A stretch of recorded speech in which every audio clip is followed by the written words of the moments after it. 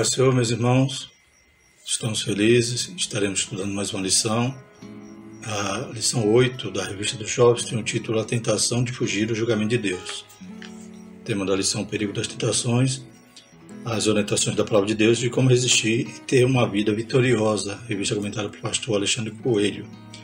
Então hoje, continuando o tema sobre tentação, a gente vai falar a respeito dessa situação que Israel é tentada a fugir do juízo.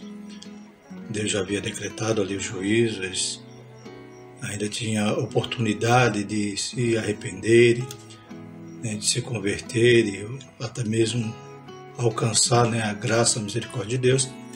Porém, ao invés de fazer isso, eles tentaram escapar daquele juízo que já estava sendo profetizado através dos profetas, e eles vão então buscar um apoio humano, ou um braço de carne, confiar no homem. E nós vamos ler essa sentença famosa, maldito o homem que confia no homem. Lembramos, irmãos, que na descrição do vídeo há link para download dos slides que vamos utilizar, tanto em PDF como em PowerPoint. Os irmãos podem fazer uso livremente dos slides. Então, somente pedimos também que os irmãos possam compartilhar, se inscrever no canal, aqueles que não são inscritos, no YouTube, e comente, nos auxilie para a construção desse trabalho. O texto principal da nossa lição diz: assim diz o Senhor, maldito o homem que confia no homem, e faz da carne o seu braço, e aparta o seu coração do Senhor. Então, além de não confiar no Senhor, para enfrentar todas as batalhas que poderiam vir, e clamar misericórdia, como outras vezes Deus atendeu, Deus adiou o castigo, eles acabam confiando no homem, achando que outra nação, o Egito, seria suficiente para livrá-los daquele problema. Só que aquele problema eles mesmos tinham procurado, que era agora a execução do castigo que Deus havia usado dos seus profetas durante todo aquele tempo, anunciando que se o povo vivesse daquela maneira, não se convertesse, iam sofrer aquelas penas, aquelas penalidades. O texto principal é em Jeremias 17, versículo 5. O resumo da lição: os israelitas deveriam aceitar o julgamento de Deus, mas foram tentados a buscar a ajuda dos egípcios, por isso foram repreendidos pelo Senhor. Os objetivos são mostrar o cenário em Judá quando Jeremias exerceu seu ministério, explicar por que é maldito o homem que confia no homem e conscientizar de que é melhor confiar no Senhor. Então esse texto também, esse versículo que lemos de Jeremias 17,5, ele é muito famoso, mas ele é mal interpretado. Muitos usam desse texto para dizer que não devemos confiar em ninguém. O contexto não é esse o significado. No tocante aqui, a gente vê que eles deixaram o Senhor para ir atrás da ajuda humana. Então, nesse sentido, é que o versículo ele expressa que é maldito aquele que confia no homem e faz da carne seu braço e aparta seu coração do Senhor. Então, temos que interpretar ele por inteiro. Então, essas três condições: confia no homem, faz da carne seu braço e aparta o seu coração do Senhor. O texto bíblico se encontra em Jeremias capítulo 17, no versículo de 1 a 10. Vamos fazer essa leitura. O pecado de Judá está escrito com um ponteiro de ferro, com ponta de diamante, gravado na tábua do seu coração e nos ângulos dos seus altares. Seus filhos se lembram dos seus altares e dos seus bosques e das árvores verdes sobre os altos outeiros. Ó minha montanha no campo, a tua riqueza e todos os teus tesouros darei por presa, como também os teus altos por causa do pecado em todos os teus termos. Assim por ti mesmo te privarás da tua herança que te dei, e far-te-ei servir os teus inimigos na terra que não conheceis. Porque o fogo que acendeste na minha ira arderá para sempre. Assim diz o Senhor: maldito o homem que confia no homem e faz da carne o seu braço e aparta o seu coração do Senhor. Porque será como a tamargueira do deserto e não sentirá quando vem o bem. Antes morará nos lugares secos do deserto, na terra salgada e inabitável. Bendito o varão que confia no Senhor e cuja esperança é o Senhor, porque ele será como a árvore plantada junto às águas, que estende as suas raízes para o ribeiro e não receia quando vem o calor. Mas a sua folha fica verde e no ano da sequidão não se afadiga, nem deixa de dar fruto.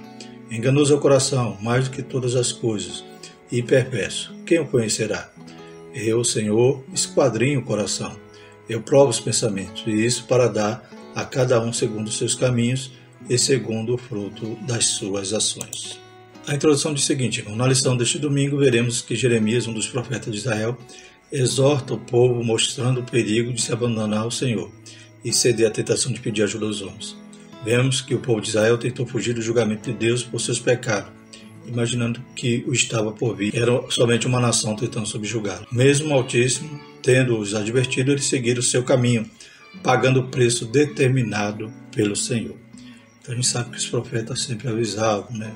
A gente viu na lição passada que desde Abacuque, né, já dizia que eram os caldeus que viria, né, subjugá-los, que viria ser vara de Deus ali para castigá-los, porque eles praticavam as mesmas coisas que as nações que eles haviam expulsado, né, no início, na conquista ali da Terra Prometida, aquelas nações que haviam saído daquele lugar por causa dos seus pecados. Agora Israel estava na mesma posição e seria também, né, castigada por uma outra nação, né? Então Isaías, Jeremias, Abacuque, né, todos esses profetas menores, né, todos já apontavam para esse castigo.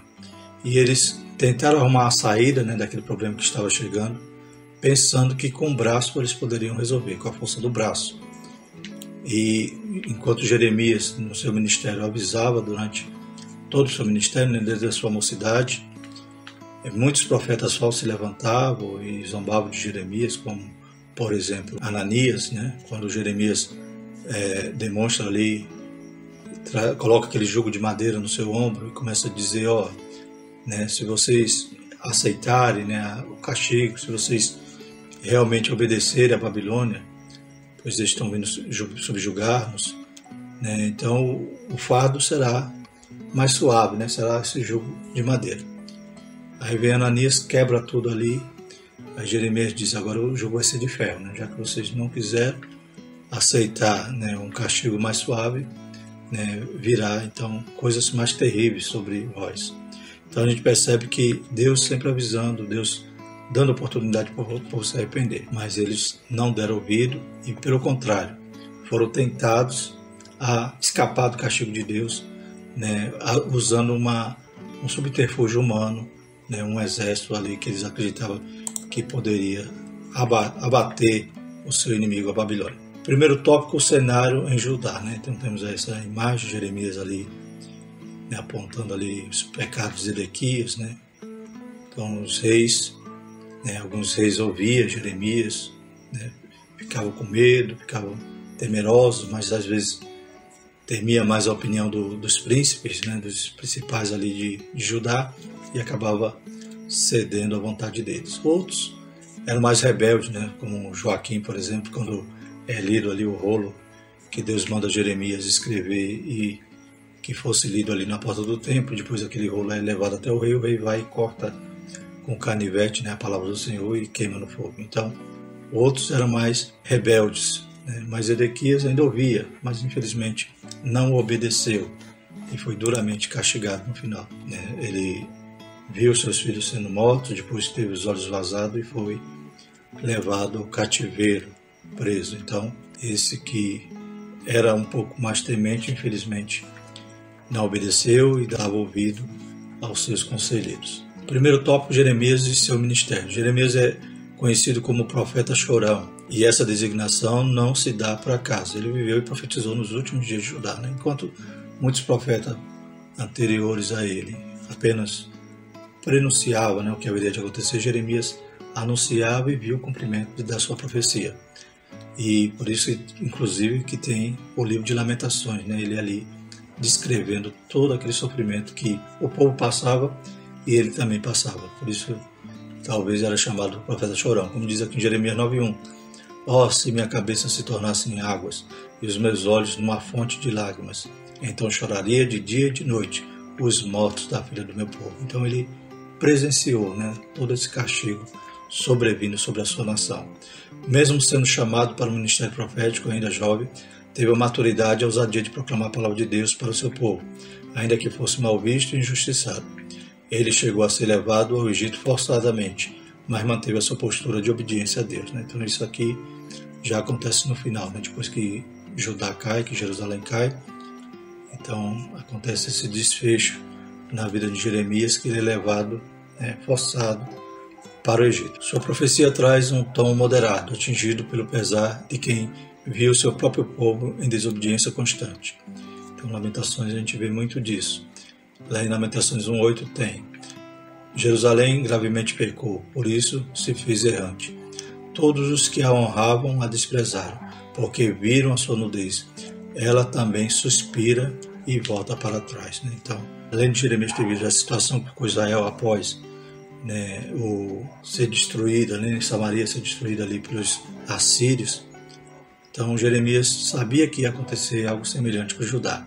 A princípio, né, nos dias de Isaías, no dia ali do rei Ezequias, Senaqueribe, que veio com toda a fúria também contra Judá, Deus deu o livramento. Né? Ele confiou no Senhor, coisa que não acontece agora nesse episódio. Né? Então, Ezequias, nos dias do profeta Isaías, confiou no Senhor, buscou o Senhor, apresentou ali as cartas, as afrontas de Senaqueribe, e Deus destrói ali o exército assírio com um anjo só, destrói ali milhares de soldados, dá vitória ao rei Ezequias. Mas agora, né, já não era mais a Síria o inimigo, agora era a Babilônia, e já estava decretado por Deus que a Babilônia seria essa vara para castigar Judá. Jeremias viu igualmente o julgamento de Deus chegando. Seu lamento se dá não apenas porque o seu povo não creu no que Deus dissera, mas também porque ele viu o julgamento divino acontecendo diante de si. Daí o livro de Lamentações. Deus adverte ao seu povo sobre o juízo, segundo o subtópico. Nem sempre que o Senhor diz tem um caráter agradável aos ouvidos humanos. Antes que os hebreus entrassem na terra prometida, Deus os havia advertido para que não seguissem os mesmos caminhos dos povos que estavam sendo desalojados de Canaã. Então a palavra era dura, a mensagem de Jeremias portava era uma dura mensagem e o povo não queria ouvir. Mas a gente tem que ouvir a palavra de Deus, né? Se é bênção, bênção. Se é castigo, glória a Deus. Pede a misericórdia, coloca a boca no pó, quem sabe ainda tem a misericórdia, né? Ainda acha misericórdia. Deus prometeu bênção e proteção se obedecesse, mas igualmente juízo se não andasse nos seus caminhos. Então está lá em Deuteronômio tudo claro, né? Deus deixou claro, né? Lá em Deuteronômio 28 tem lá as bênçãos, as maldições. Então estava claro que se o povo enveredasse para ir atrás de outros deuses, né, ou repetisse os pecados daquelas nações, eles também iam sofrer dano. Deus ainda é misericordioso, que ainda dava, né, promessa de resgate, como esse castigo que eles iam sofrer ia durar um tempo limitado, 70 anos. Tanto é que Jeremias, no capítulo 29, ele escreve ali cartas àqueles que já estavam no cativeiro, algumas das primeiras levas que já estavam lá morando na Babilônia. Ele diz, case, né, construam case seus filhos, suas filhas, né, porque o período aí é longo. Né, então não era algo que ia acabar como os falsos profetas diziam. Então Jeremias escreve aquelas cartas e diz, Jeremias 29:11, porque eu bem sei os pensamentos que tenho a vosso respeito, diz o Senhor, pensamento de paz e não de mal, para vos dar o fim que esperais. Então Deus é misericordioso e estava sempre apontando ali para um caminho de esperança, né? Um caminho de perdão, de restauração. Mas o povo era rebelde, né? O povo era terrível e acabou sofrendo todo o dano. Sempre é bom ouvir a respeito das bênçãos de Deus, e elas são para os que o temem e o obedecem. Mas para os que andam em desobediência, como esperar que Ele estenda a sua mão para abençoar, não permitindo que as consequências dos atos do povo se materializassem nos julgamentos que Ele havia advertido séculos antes? Então, bênção é bom, né? Mas se vive na desobediência, se vive no erro, né? A Bíblia diz que Deus não se deixa escarnecer. Tudo aquilo que o homem plantar, Ele ceifará. Então, eles estavam colhendo ali o que eles haviam plantado, né? E já advertido há muito tempo atrás. Deus enviou os profetas para dizerem que o povo deveria se arrepender dos seus pecados, mas eles não foram ouvidos. O próprio Senhor Jesus disse acerca da cidade santa em seus dias, Jerusalém, Jerusalém, que mata os profetas e apedreja os que lhe são enviados. Lucas 13:34.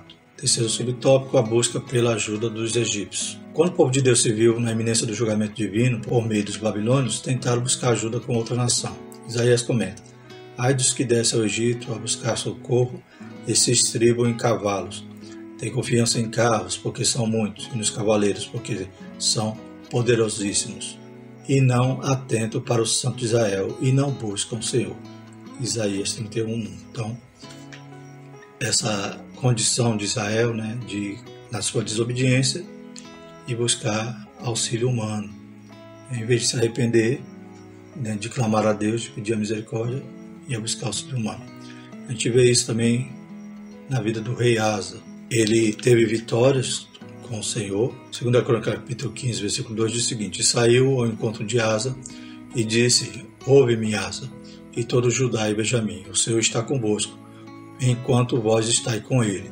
E se o buscardes, o achareis, porém, se o deixardes, vos deixará. Então Asa, ele começa o seu reinado, ele vai buscar o Senhor, faz o que é reto aos olhos do Senhor, e vem contra ele o inimigo ali, os etíopes, né, um exército de 1 milhão de soldados, e o seu exército era de 300 mil. Ele pede ajuda ao Senhor e o Senhor dá a vitória, né? Então imagine, 300 mil contra 1 milhão, mas Deus dá a vitória. 2 Crônica 14:11 diz o seguinte: e Asa clamou ao Senhor seu Deus e disse: Senhor, nada para ti é ajudar, quer o poderoso, quer o de nenhuma força. Ajuda-nos, pois, Senhor, nosso Deus, porque em ti confiamos, e no teu nome viemos contra essa multidão. Senhor, tu és o nosso Deus, não prevaleça contra ti o homem. Então, nesse momento, Asa confia no Senhor, clama a ele, Deus ajuda, Deus dá a vitória. Mas a Bíblia vai falar que no capítulo 16 de 2 Crônica, Asa se vê desafiado mais uma vez, agora pelo exército de Israel, né, da nação irmã, do Reino do Norte. E o que Asa faz? Aí lá no capítulo 16, versículo 2, então Asa tirou a prata e o ouro dos tesouros da casa do Senhor e da casa do rei e enviou servos a Ben-Hadad, rei da Síria, que habitava em Damasco, dizendo. Então, no primeiro desafio, Deus dá vitória a um exército de 1 milhão de soldados. Nesse segundo momento, ele não confia mais no Senhor. E ele pega o ouro e manda ali para a Síria, vai alugar os soldados da Síria, da mesma maneira como a gente vê agora nos dias de Jeremias, que eles vão atrás do Egito. Nos dias de Asa, eles foram atrás dos sírios. Aí no versículo 7 e 8 do capítulo 16, 2 Crônica diz: naquele mesmo tempo veio Anani, o vidente, a Asa, rei de Judá, e disse-lhe: porquanto confiaste no rei da Síria e não confiaste no Senhor teu Deus, por isso o exército do rei da Síria escapou da tua mão. Porventura não foram os etíopes e os líbios um grande exército, com muitíssimos carros e cavaleiros? Confiando tu, porém, no Senhor, ele os entregou na sua mão. Então Asa recebe essa repreensão, porque confiava no Senhor e agora já não confiava mais. Até mesmo quando ele adoece, no versículo 12 diz: e no ano 39 do seu reinado, Asa caiu doente de seus pés, e sua doença era um extremo grave. Contudo, na sua enfermidade, não buscou o Senhor, mas antes os médicos. O que acontece? Ele morre por causa da enfermidade.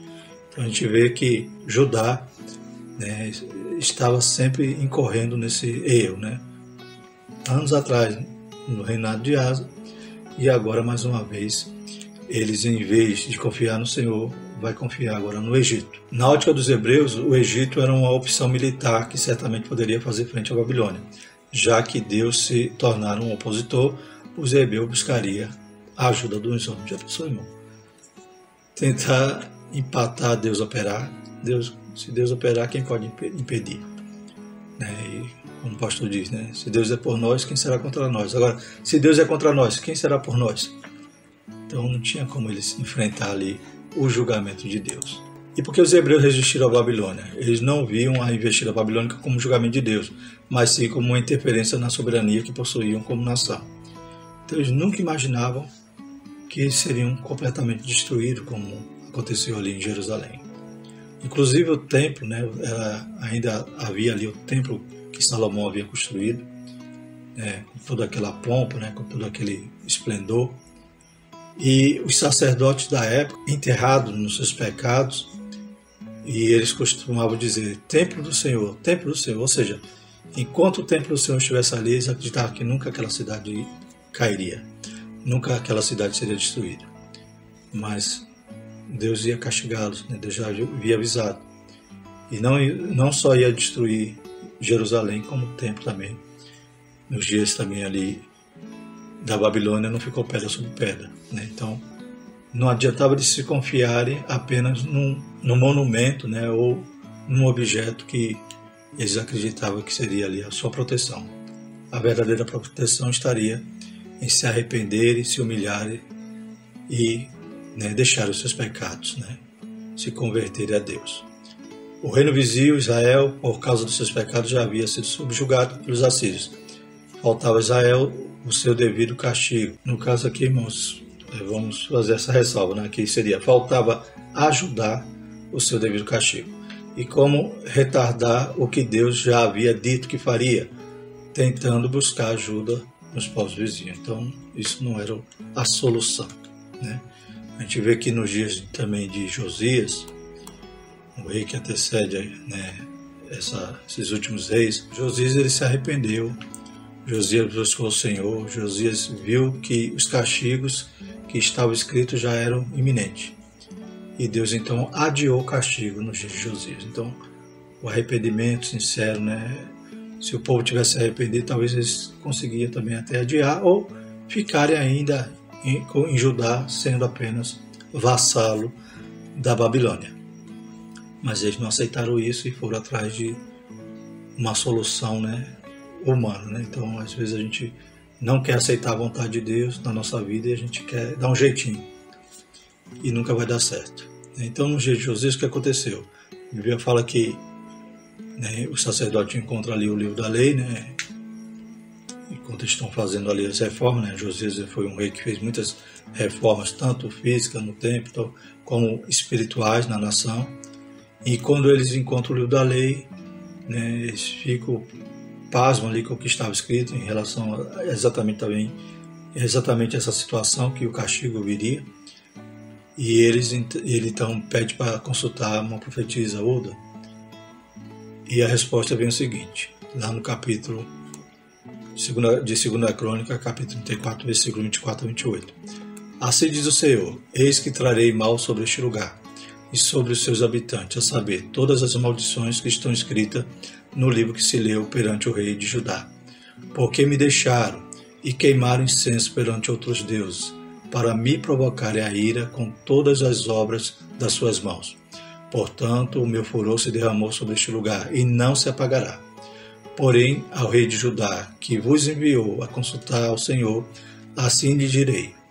Assim diz o Senhor Deus de Israel, quanto às palavras que ouviste, porquanto o teu coração se esterneceu e te humilhaste perante Deus, ouvindo as suas palavras contra este lugar e contra os seus habitantes, e te humilhaste perante mim, e rasgastes as tuas vestes, e choraste perante mim.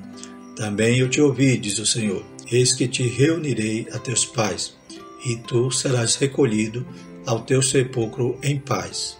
E os teus olhos não verão todo o mal que hei de trazer sobre este lugar e sobre os seus habitantes. E tornaram com esta resposta ao rei. Então Josias se humilhou, Josias chorou, viu que a palavra de Deus é verdadeira, que não passa, né? Ele sabia que era iminente, que aquilo ia acontecer, e Deus teve misericórdia dele e disse, você ainda vai viver seus dias, reinar, vai ser recolhido aos seus pais, vai ser sepultado, seus olhos não verão todo esse mal que eu hei de trazer sobre esse lugar. Então, quem sabe se agora Judá também se humilhasse, mas não, eles foram atrás do Egito, tentar escapar ali do que já estava dito. A palavra de Deus é fiel e verdadeira, passa os céus e a terra não passa. Todas as profecias que já se cumpriram revelam isso, e as que estão se cumprindo, e aguardamos uma promessa que ansiamos muito, aleluia, que é o arrebatamento da igreja, louvado seja o Senhor, e essa terra também vai passar por juízo, a grande tribulação. Então isso não vai falhar, isso não vai deixar de se cumprir. Creia ou não creia, a palavra de Deus é fiel. Que nós estejamos preparados para encontrar com o nosso Deus. Amém? Segundo tópico, maldito o homem que confia no homem, né? Então tem essa imagem aí também interessante, né? Por quê? Porque esse versículo também pode ser traduzido da seguinte forma, né? Maldito o homem que confia nele mesmo. A gente vê aí essa moça e talvez ela achando que os seus braços podem, né, ter força para resolver as situações. Então, era maldito por estar confiando naquela nação, por estar achando que os seus carros, seus cavaleiros tinham toda essa potência para derrotar a Babilônia. Isso também se decorre por causa de algumas poucas batalhas que o Egito começa a ganhar, né, depois que o faraó Neco é morto, né, por Nabucodonosor. Depois, no ano 506 mais ou menos, há algumas poucas vitórias do Egito e eles acreditam então, que o Egito ia poder derrotar a Babilônia, mas também já havia a profecia contra o Egito que eles também sucumbiriam. Primeiro subtópico, contando com a ajuda dos homens para fugir do que Deus determinou. Jeremias havia escrito uma carta para o povo orientando a se sujeitar à Babilônia, que já havia invadido Judá, obrigando-o a pagar imposto e oferecer reféns da casa real para serem levados cativos. Entre esses reféns encontra-se Daniel e seus amigos. Como na lição passada, Daniel é levado na primeira leva ali dos cativos. Após 3 anos, o rei Joaquim decidiu se rebelar. Mesmo tendo sido advertido pelas profecias de Jeremias, então veio o segundo cativeiro de Judá, quando Nabucodonosor colocou Zedequias para governar. Zedequias então vai buscar apoio no Egito, né? Então, mesmo ele vendo toda aquela situação, mesmo ele vendo o que aconteceu com Joaquim, ele também se rebela. A sujeição à Babilônia deveria ser vista como uma sujeição à disciplina de Deus, mas para um povo que não ouvia o Senhor, também não perceberia que o julgamento deveria ser aceito por ter sido enviado pelo juiz de toda a terra. Então, o que Deus falou se cumpre. Cabia o povo o quê? Crer, né, na palavra de Deus, mas eles não estavam mais crendo. Eles já tinham deixado, né, a adoração ao verdadeiro Deus, já estavam adorando os ídolos, né, e a gente vê que quando o homem busca, né, outros deuses, né, também ele vai se parecer com aqueles deuses. Ele começa a viver uma vida, né, dissoluta, uma vida, né, cheia de pecado, né, ele começa a se parecer com o culto àqueles deuses, que muitas das vezes era até composto, né, os cultos com orgias, ou como a Moloca, né, que sacrificava-se crianças, né, matava, como Manassés também foi um dos reis que passou seus filhos no fogo. Então, esse povo que já estava obstinado não ouvia mais a voz de Deus. Então, tudo estava sendo avisado e Deus ainda com o braço estendido para salvar, mas o povo não queria. Segundo subtópico, maldito o homem que confia no homem.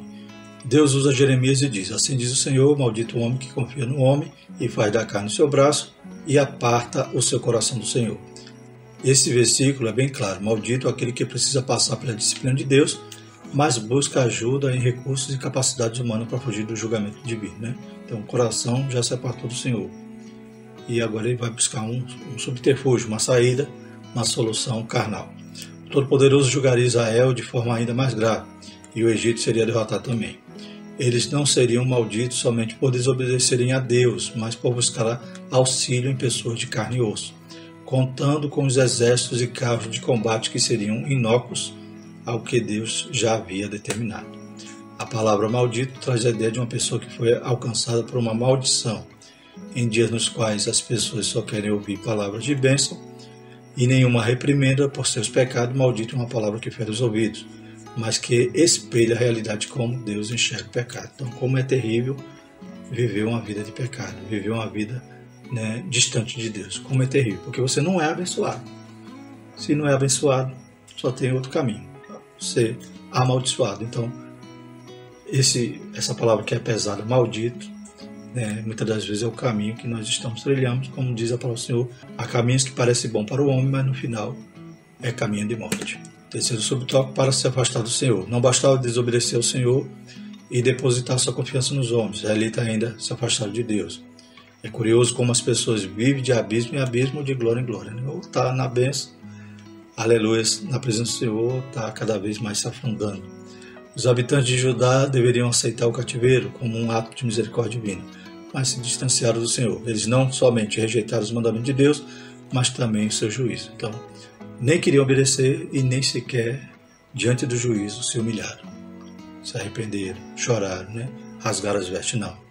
Preferiam, né, ter razão, preferiam estar certo nas suas convicções, né, e não ouvir, né, o que a palavra falava, o que o Espírito estava falando através do profeta. A ajuda humana sempre será bem-vinda quando há união entre os irmãos. E se essa união não estiver em desacordo com o que Deus determinou. Então, confiar no outro é normal, né? Eu tenho que confiar no meu irmão. Tenho que confiar naquele que pode me ajudar. Desde que nem ele, nem eu esteja na contramão da vontade de Deus.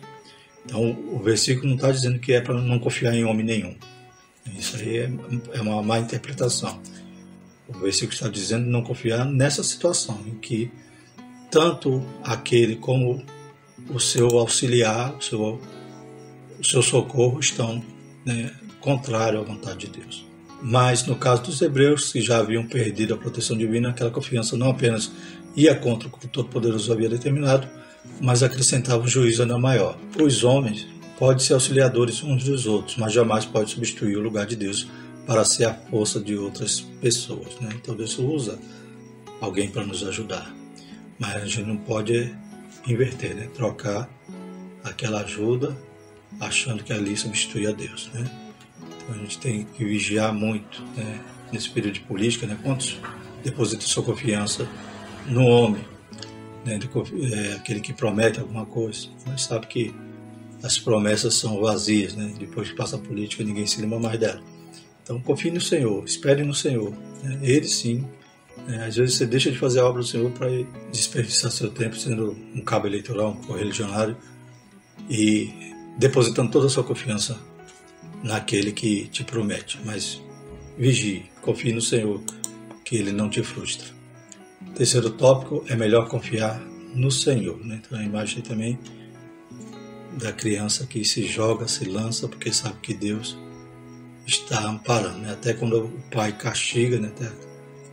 Né, que como nessa imagem, né, até um pai que acabou de castigar o filho, daqui a pouco o filho vai lá abraçá-lo porque sabe que o pai quer o melhor para ele.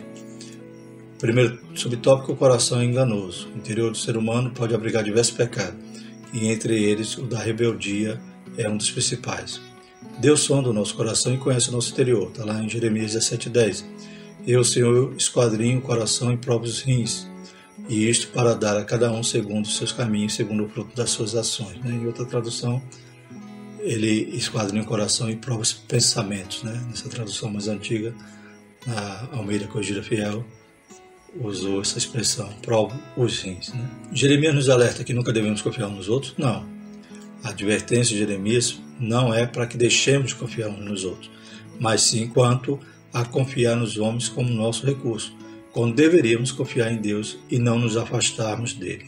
Então, a orientação de Jeremias não é para deixar de confiar nas pessoas, é de você não inverter, né? Não trocar Deus, né, o seu recurso principal por outro, né? Inclusive quando você está distante, né, da direção de Deus. Aí é necessário você voltar, né?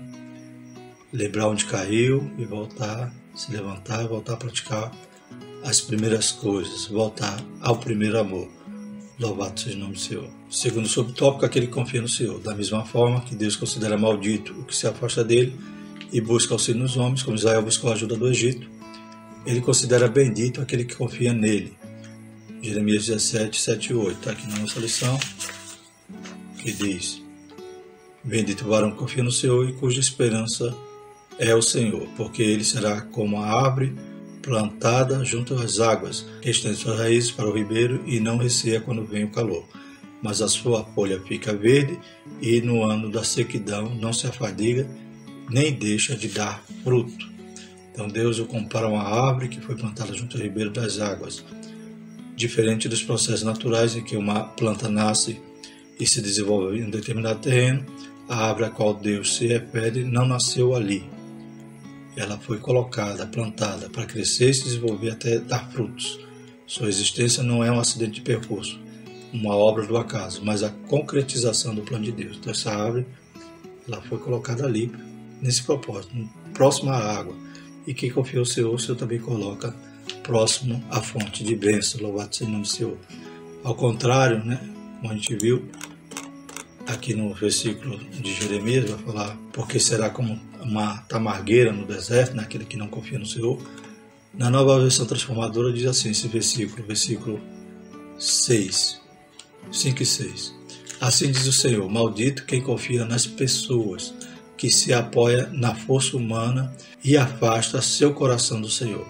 É como arbusto solitário no deserto, não tem esperança alguma. Habitará em lugares desolados e estéreis, numa terra salgada onde ninguém vive. Então, essa nova versão nos traz realmente, né, essa característica dessa pessoa que não confia no Senhor, né? Então é terrível. Habitará em lugar desolado, estéril e em uma terra salgada, né, que não dá nada. E terceiro subtópico, o Senhor é juiz. Deus não deixaria de julgar o seu povo por causa dos seus pecados. E o julgamento se concretizou quando a fortaleza de Jerusalém e o templo do Senhor foram destruídos e o povo levado cativo. Então, todo o ai, né, todo castigo, tudo aquilo que estava profetizado se cumpriu. O povo que antes usufruía do favor e da proteção do Altíssimo agora estava cativo na Babilônia. Somente após 70 anos os israelitas começariam a retornar para restaurar a cidade santa. A disciplina de Deus fez o seu efeito. Após o exílio, o povo de Deus retornou mais consciente de suas obrigações para com Deus. Então, muitos autores dizem, né, que o cativeiro, né, foi o remédio contra a idolatria. Sararam da idolatria durante aquele cativeiro, né? Então, quando voltam sem essa mácula, né, da idolatria, né? A gente sabe também que nos nossos dias, né, depois de Jesus também profetizou que não ia ficar pedra sobre pedra.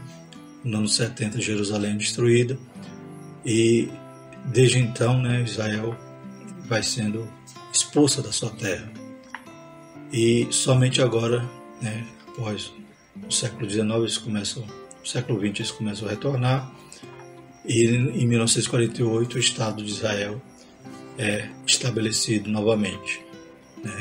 Tem até a participação do brasileiro, né, de Oswaldo Aranha, né, que ajudou nesse processo, e por isso que o Brasil é bem abençoado, porque um brasileiro estava ali, né, amando Israel e cuidando para que tudo isso acontecesse. Deus usou esse homem, né? E Israel se tornou então nação novamente a partir de 1948. Agora em maio, estava vendo um vídeo, eles comemorando ali o aniversário. Eles fazem um período de luto, né, para aqueles que morreram na guerra, porque a retomada não só foi a lei, houve a guerra, a lei era que legitimava, né, eles lutarem para reconquistar aquela nação. E acaba o luto, começa a festa, né, uma grande festa em todo Israel. Louvado seja o nome do Senhor. E eles comemorando então 74 anos, né, de Israel, né? Então tá novinho, né? Poucos anos já virou a potência que é hoje, né? Potência temida por todas as nações, todos os seus inimigos ali. Eles se unem para combater contra Israel, mas não prevalece, porque Deus está ali naquele lugar. Deus, a bênção do Senhor está ali, a promessa que Deus fez a Abraão ainda vai se cumprir. Louvado seja o nome do Senhor. Então, o que acontece, né? A gente vê Israel hoje feliz. Imagine quando saiu também do cativeiro. Então, nos dias atuais, a palavra de Deus que é fiel tem se cumprido. E isso é um sinal, né? A figueira, né? Olhar para a figueira quando os ramos já brotam, né?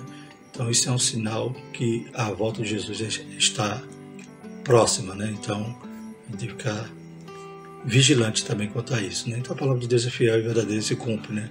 Ali a profecia do Vale dos Ossos Secos também se cumprindo. Agora, em 1948, Israel está lá, Florida. Falta só uma parte da profecia, que é quando eles vão receber o Espírito. Mas para isso a igreja é arrebatada.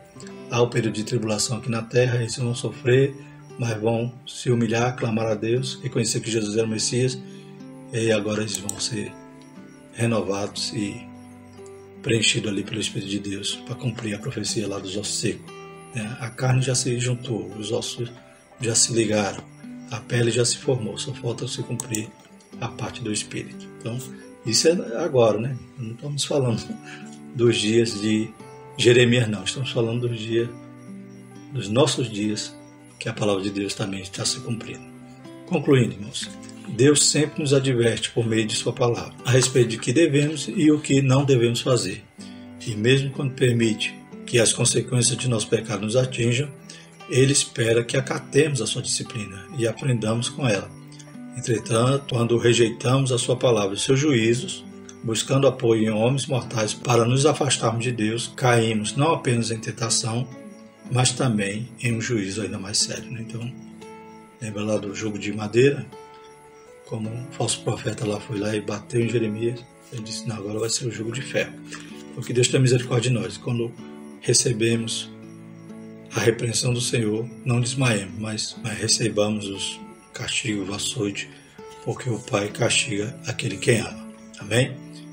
E, de outra forma, vivamos em obediência, para também não sofrer nenhum castigo. Louvado seja o Senhor.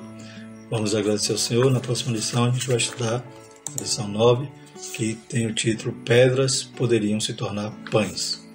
Então agora a gente vai falar sobre a tentação que Jesus sofreu, mas não cedeu. Glórias a Deus. A gente pode ser tentado, só não pode ceder. E Jesus vai ser um exemplo positivo, como a gente já estudou em outros exemplos, como José.